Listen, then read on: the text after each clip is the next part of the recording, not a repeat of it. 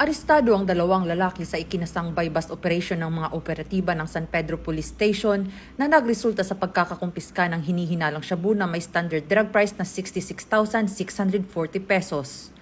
Ang operasyon ay isinagawa bandang alas 4:57 ng hapon noong Oktubre 14 sa Jera Street, Barangay 76-A, Bukana, Davao City. Kinilala ang mga naaresto na sina alias Arnel, 38 anyos, isang pedicab driver at residente ng lugar kung saan isinagawa ang operasyon, at alias Evan, 33 anyos, isa ding driver at residente ng Purok 12, St. John sa parehong barangay. Ang operasyon ay isinagawa ng mga operatiba ng Intelligence at Station Drug Enforcement Unit ng nasabing istasyon. Batay sa impormasyong nakalap, agad na inilunsad ang operasyon sa nasabing lugar na nagresulta sa matagumpay na pagkakadakip sa dalawang sospek. Matapos ang operasyon, dinala ang mga sospek sa himpilan ng pulisya para sa kaukulang proseso.